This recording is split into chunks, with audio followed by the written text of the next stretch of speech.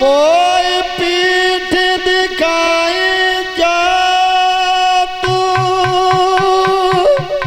देव कन्हैया जल्दी ते मुख दिखलइयो।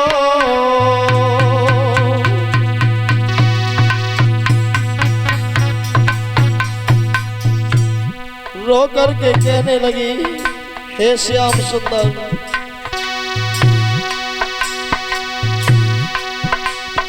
मोय पीठ दिखाई जा तू कन्हैया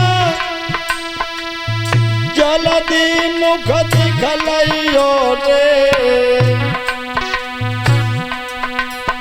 और संग बाई जात बिरन तुम संग लेती आइयो रे।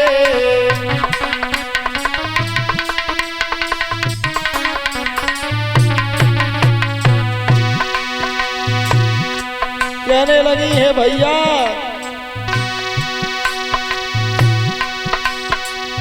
देख मेरो सिंदूर बिरना जाकी लाज बचइयो रे। और धर्म के भैया लगो बन की भैया लाज बचइयो रे।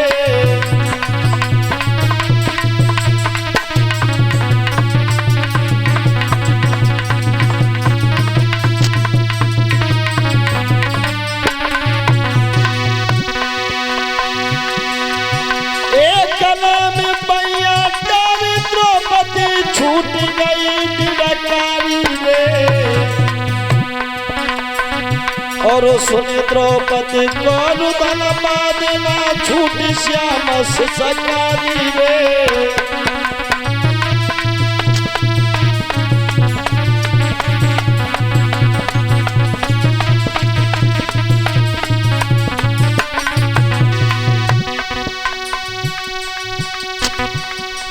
मस्तक चूमा पलमारी ने बहन को छाती लो लगाई रे। और धर्म की बहन द्रौपदी रोई रोई भैया रही डुबाई रे।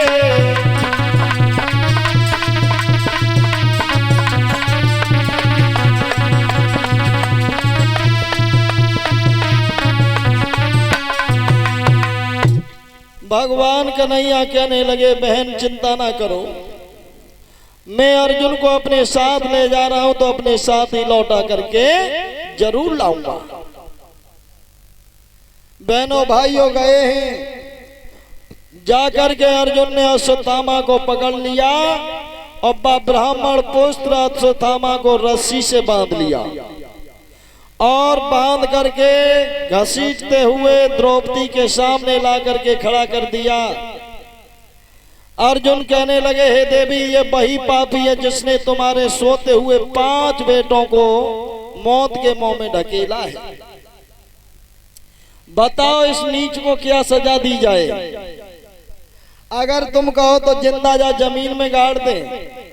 हे द्रौपदी, अगर तुम्हारा आदेश हो तो जाके नाखूनों को खिंचवा ले। द्रौपदी, अगर तुम चाहो तो जाके सिर को अलग कर दे धड़ से। और जैसे ही मारने का नाम लिया बहनाओ, सोईबा देवी का हृदय कांप गया। माँ माँ होती है, कहने लगी, हे पति देव, जब ब्राह्मण पुत्र अश्वत्थामा को अब मारो नहीं, क्योंकि ये ब्राह्मण है, तुम्हारे गुरु का बेटा है। आज मैं अपने 5 बेटाओं के लिए तड़प रही हूं, बेटाओं के लिए जैसे मैं रो रही हूं। अगर इसे आप मार दोगे तो इसकी मैया भी इसके बिना रो रो के मर जाएगी। अपनी माँ का अकेला बेटा है और माँ की ममता क्या होती है ये मैं जानती हूँ। धन्य उस देवी द्रौपदी को जिसने अपने 5 बेटों की हत्यारे को अपने पति से जीवन दान दिलवा दिया। भीमसेन कहने लगे, द्रौपदी अश्वत्थामा को ऐसे तो नहीं हम छोड़ेंगे। भगवान से पूछने लगे, भगवान क्या किया जाए। भगवान कहने लगे, हे धर्मराज, इसे मार भी दो और इसे छोड़ भी दो। भीमसेन कहने लगे ऐसे कैसे होगा, क्या मार भी दें और छोड़ भी दें? दोनों में से काम तो एक ही होगा। भगवान कन्हैया कहने लगे हे धर्मराज, तुम नहीं जानते हो, ऐसा शास्त्रों में बताया जाता है कि ब्राह्मण का अपमान हो जाना ही मृत्यु दंड के समान होता है। इसलिए महाराज इसे जान से न मारो और इसे दंडित करके इसे छोड़ दो। आज अश्वत्थामा के सर में जो मणि थी वह मणि को निकाल लिया और धक्का मार करके उस सभा से अश्वत्थामा को भगा दिया। लेकिन वो ब्राह्मण पुत्र अश्वत्थामा फिर भी अपनी करनी में नहीं चूका। मन में सोचने लगा कि पांडवों ने मेरा बहुत बड़ा अपमान किया है। विचार करने लगा कि पांडवों का वंश तो हमेशा के लिए मैंने मिट दिया, अब कोई बाकी नहीं रहा है। लेकिन मन में सोचने लगा कि मैंने सुना कि जो अभिमन्यु चक्रव्यूह की लड़ाई में मारा गया था और अभिमन्यु की पत्नी जो उत्तरा है, उत्तरा गर्भवती है, उसके गर्भ में बच्चा है। अगर उत्तरा के गर्भ से बेटा पैदा हो गया तो पांडवों का वंश फिर आगे के लिए बढ़ जाएगा। बैनाव व अश्वत्थामा ने देवी उत्तरा का गर्भ नष्ट करने के लिए अग्नि बाण को छोड़ा और वो अग्नि बाण उत्तरा देवी के गर्भ को जलाने के लिए चला। उत्तरा देवी ने देखा, सोई भगवान कन्हैया के पास दौड़ी दौड़ी आई।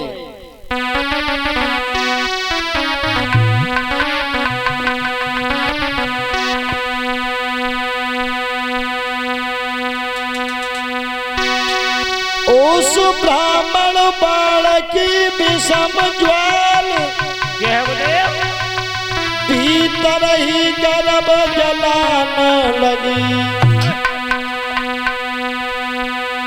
उत्तरा देवी कांपती हुई मोहन के हा खाने लगी।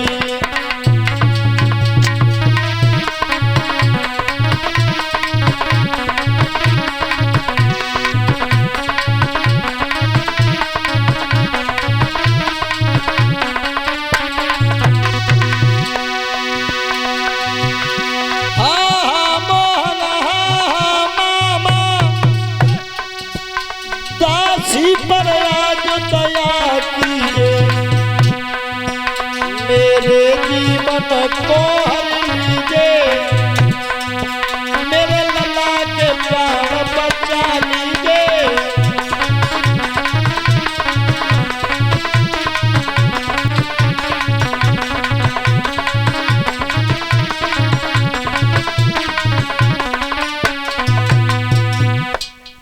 उत्तरा देवी भगवान कन्हैया से कहने लगी, हे प्रभु, हे दीनानाथ, मेरा जीवन चाहे चला जाए, लेकिन मेरे गर्भ में जो शिशु पल रहा है ये पांडवों के वंश का दीपक हमेशा के लिए मिट जाएगा। महाराज मेरे जा गर्भ की रक्षा करो, रक्षा करो, रक्षा करो।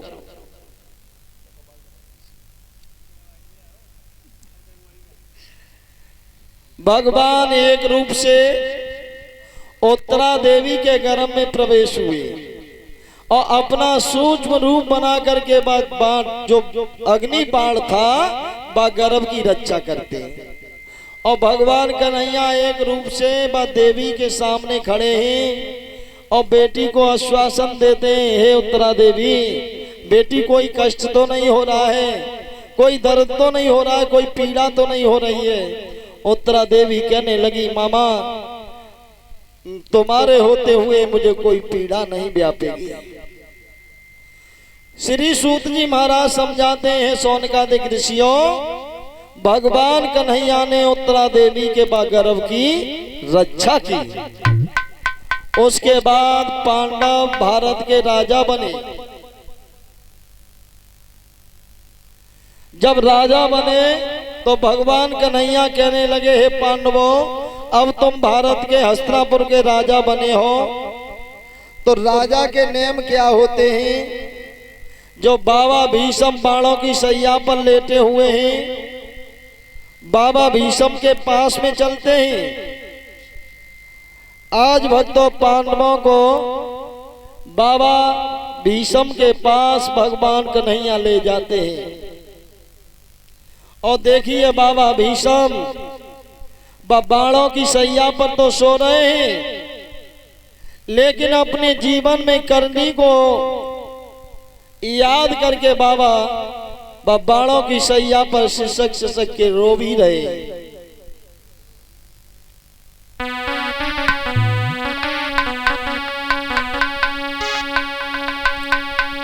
आरे सैया पर पड़े पितामह सोच करे रे बारी।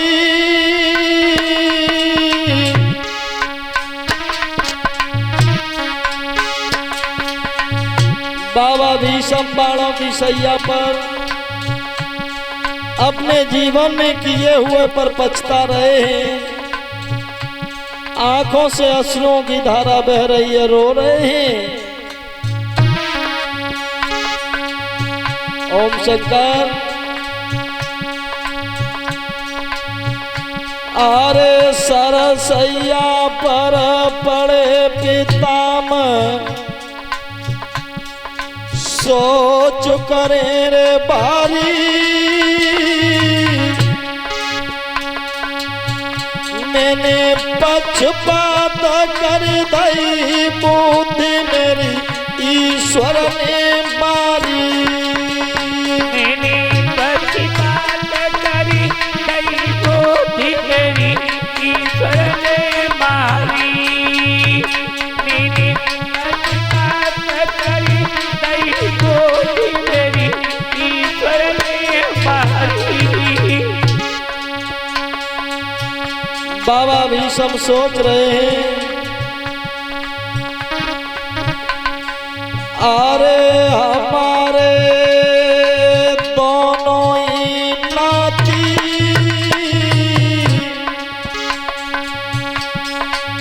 और ये बात सच है भक्तों। जब इंसान अंतिम समय पर होता है, जब अंतिम पड़ाव पर होता है, जो जीवन में करता है उसकी याद उसे जरूर आती है। बाबा सोच रहे हैं, अरे हमारे दोनों ही नाती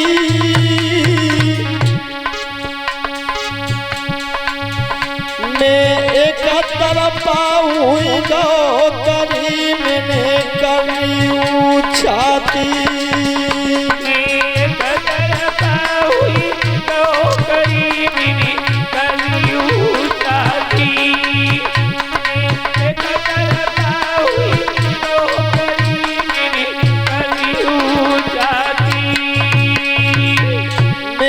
भागा निकला कि न चाहते हुए भी दुर्योधन का साथ देता रहा। पांडव भी हमारे नाती थे और कौरवा भी मेरे नाती थे।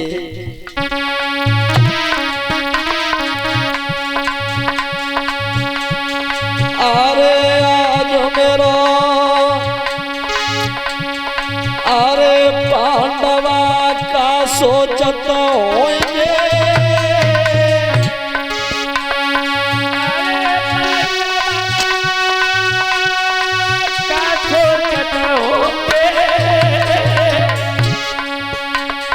अरे पांडवा का सोचत होंगे और धर्मराज दरबार जब का हम देंगे।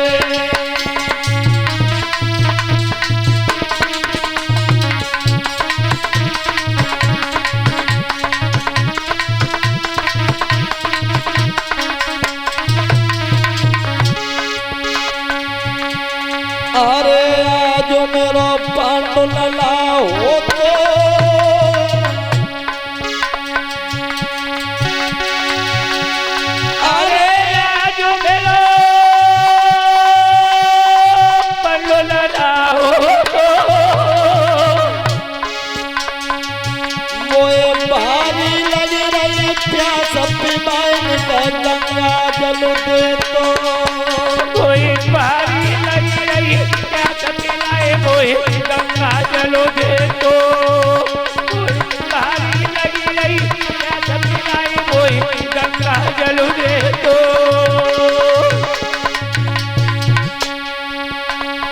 अरे बुलाए दे मेरे पारत को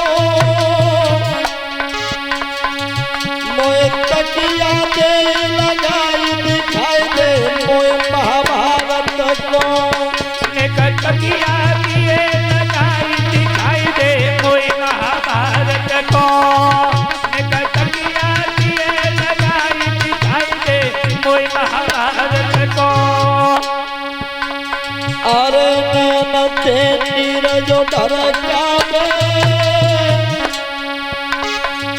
चाहे कितना हुई जाइयो पैर पखत सुनी अपने किया में चाहे कितना हुई जाइयो पैर पखत सुनी अपने किया में चाहे कितना हुई जाइयो पैर पखत सुनी अपने किया में सैया पर पड़े हुए पिता में सोच रहे हैं, फपक फपक करके रो रहे हैं और बहनाओं पांचों ही पांडवों को साथ में लेकर के संग में द्रौपदी भी साथ है।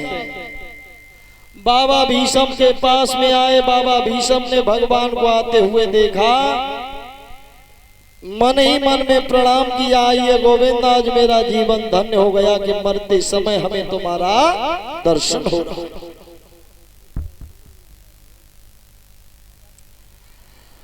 भगवान कहने लगे बाबा प्रणाम करता हूं, आपके नाती अब ये पांडव हस्तिनापुर गद्दी के राजा बन गए, इसलिए बाबा आप अपने नातियों को राजनीति धर्म नीति का ज्ञान उपदेश दीजिए। बाबा भीष्म कहने लगे, हे गोविंद, संसार के न्यायाधीश होकर के और बड़े को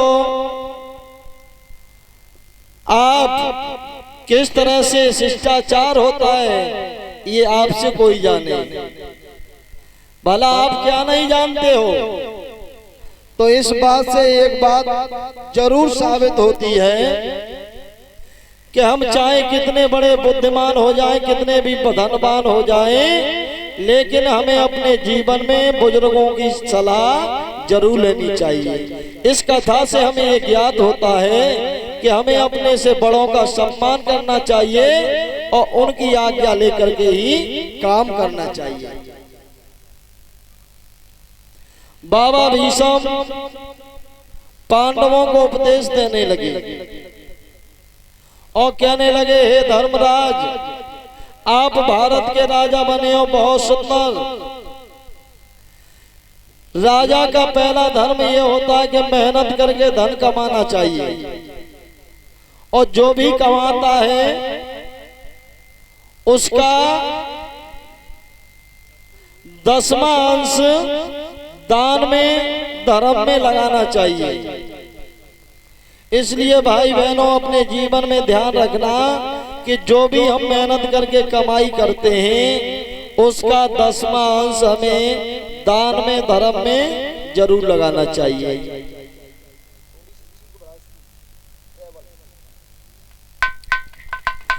और बाबा भीष्म कहने लगे, हे पांडवों, राजा के लिए प्रजा पुत्र के समान होती है और प्रजा को पुत्र की तरह से बात्सल देना राजा का धर्म होता है। बाबा भीष्म समझाते हैं, पांडवों, अगर कहीं पर अन्याय होता हो तो राजा का ये कर्तव्य है कि उसे रोकना चाहिए। अगर अपने से कोई बड़ा बलवान है, आप उसकी सहायता नहीं कर सकते हो, रोक नहीं सकते हो, तो आंखों से खड़े होकर के देखना नहीं चाहिए। यह बहुत बड़ा पाप होता है। और इतना ज्ञान उपदेश कर ही रहे थे सोई पास में खड़ी हुई द्रौपदी एकदम से अट्ठास करके हंसने लगी। मैया द्रौपदी को जैसे ही हंसी आई, बाबा भीष्म कहने लगे, हे द्रौपदी, आपको हंसी कैसे आई? द्रौपदी कहने लगी, नहीं बाबा, हंसी हमें वैसे ही आ गई, कोई बात नहीं है। बाबा भीष्म कहने लगे, नहीं, आप कोई साधारण नारी नहीं हो। अरे एक भारत की कुलवधू हो, आर नारी हो, और आप जैसी नारियों को बेमतलब के हंसना शोभा नहीं देता है। आप हंसी हो तो कोई न कोई जरूर उसमें रहस्य होगा। द्रौपदी हाथ जोड़ के कहने लगी, बाबा, अगर आप पूछना ही चाहते हैं कि हमें हंसी क्यों आई, वैसे आपकी आत्मा को ठेस पहुंचाना हमारा कोई मंतव्य नहीं है, लेकिन अगर पूछ रहे हो तो सुनो बाबा, मुझे हंसी क्यों आई।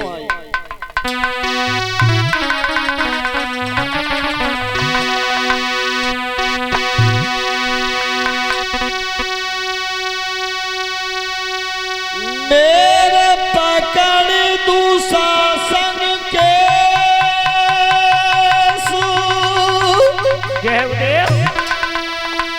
बबुला खींच में लगो लाओ रे।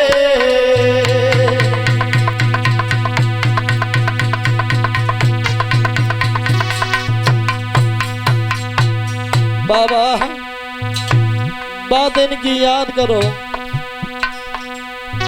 जातना भरी सभा में पापी दुशासन दुर्योधन के कहने पर हमारे केस पकड़ के घसीटता हुआ भरी सभा में लाया।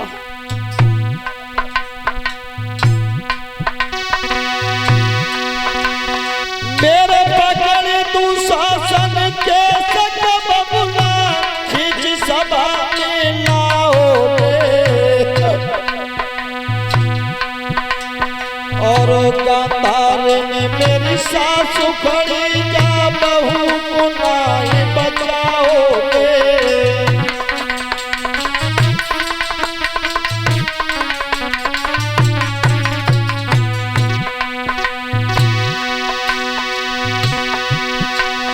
मेरी मारी पीठ में लात दुष्ट मोह खींच सभा को धाओ रे।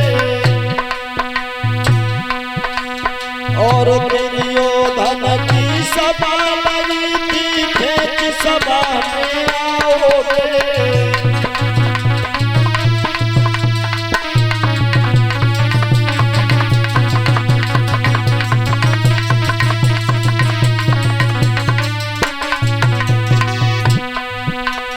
दुर्योधन का दरबार लगा हुआ था बाबा।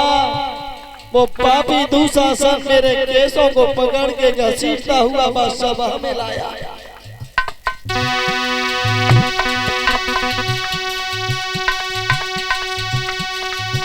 वो सभा में नंगी कर रहा था,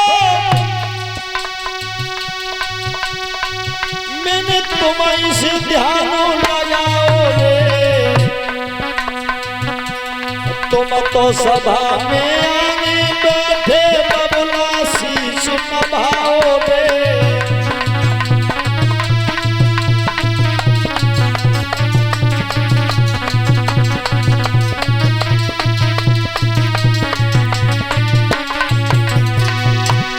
हे बबुला, भरी सभा में तुम सबसे आगे बैठे थे और बार बार मैंने तुम्हारी तरफ ध्यान किया था, लेकिन तुमने अपनी नजरें उस तरफ झुका ली।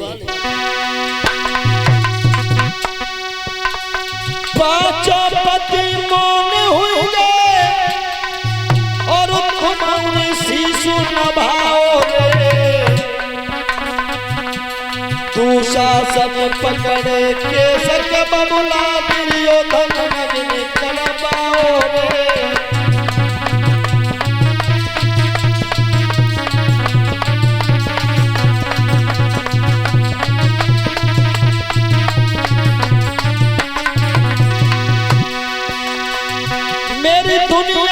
टूटी आस कमेनी श्यामती ध्यान लगाओ रे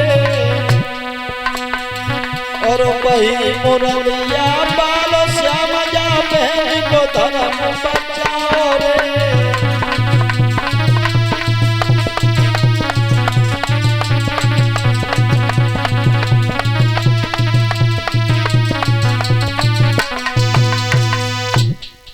द्रौपदी की आंखों से अश्रुधारा बहने लगी और कहने लगी बाबा भरी सभा में यादना दुर्योधन पापी ने आदेश दिया था दुशासन को और वो पापी दुशासन भरी सभा में हमें बाल पकड़ के मेरे केस पकड़ के घसीटता हुआ लाया था।